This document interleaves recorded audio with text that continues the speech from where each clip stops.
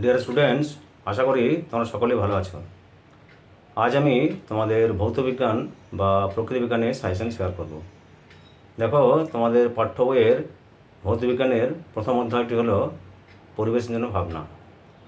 এই পরিবেশের জন্য ভাবনা এই অধ্যায় থেকে তোমাদের টেস্ট পরীক্ষা এবং মাধ্যমিক পরীক্ষায় 5টি নম্বর থাকবে।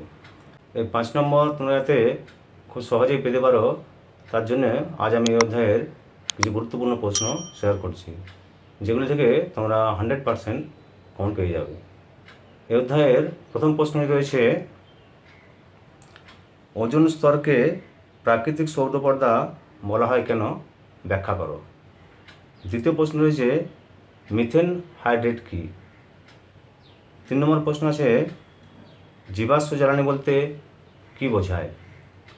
নাম্বার 4 রয়েছে, ওজোন স্তর ধ্বংসে সিএফসি এর ভূমিকা কী।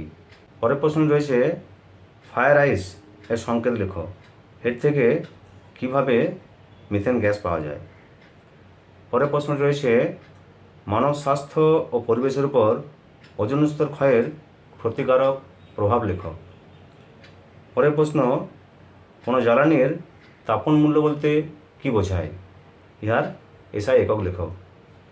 পরের প্রশ্ন রয়েছে, ভবিষ্যতে পরিবেশের উপর বিশ্ব উষ্ণায়নের 2টি সম্ভাব্য প্রভাব লেখো। শেষ প্রশ্ন রয়েছে, উচ্চতা বৃদ্ধির সঙ্গে সঙ্গে ট্রোপোস্ফিয়ারের উষ্ণতা হ্রাস পায় কেন।